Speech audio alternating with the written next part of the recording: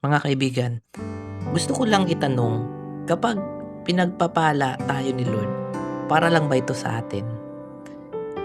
Ito ang natutunan ko sa Psalms 67, 1-5. Hello mga kapatid, welcome back again sa aking vlog. Another inspirational message yung gusto kong i-share sa inyo. Ngayon, gusto kong ibahagi yung natutunan ko sa Psalms 67, 1-5. The time when I was reading this Bible scriptures.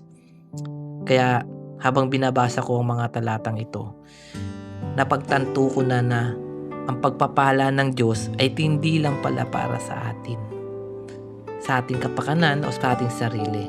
Sabi sa verse 1-2 ng talatang ito, pagpalain nawa tayo ng Diyos at kahabagahan tayo upang malaman ng buong mundo ang kanyang mga daan at kaligtasan.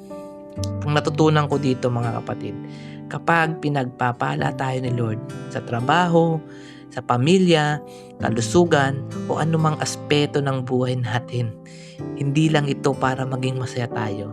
May mas malaking layunin ng Panginoon. Gusto niyang makita ng ibang tao ang kanyang kabutihan sa pamamagitan ng ating mga buhay. Minsan, hinihingi natin ang pagpapala pero nakakalimutan natin kung bakit tayo pinagpapala.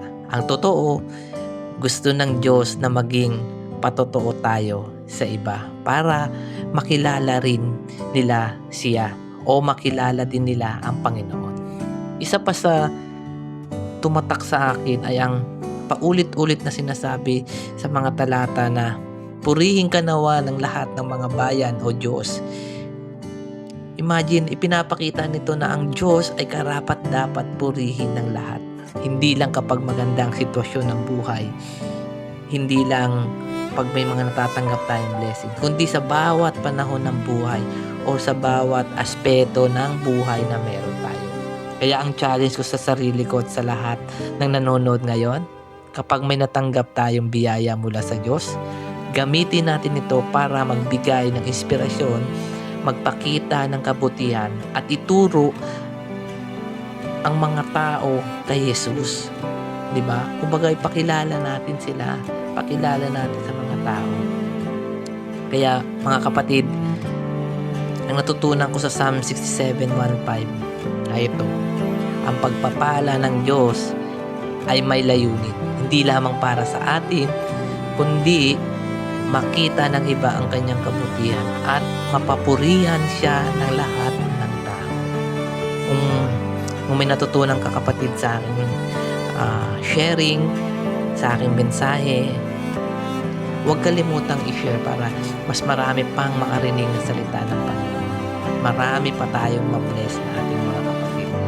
Kaya kung nasang ka man ngayon, kung nasang parte ka man ng mundo at nakikinig ka sa aking mga mensahe, i-share mo to sa iyong mga mahal sa buhay. I-share mo to sa iyong mga kaibigan, sa iyong mga kapitbahay. Maraming salamat sa pakikinig. God bless everyone.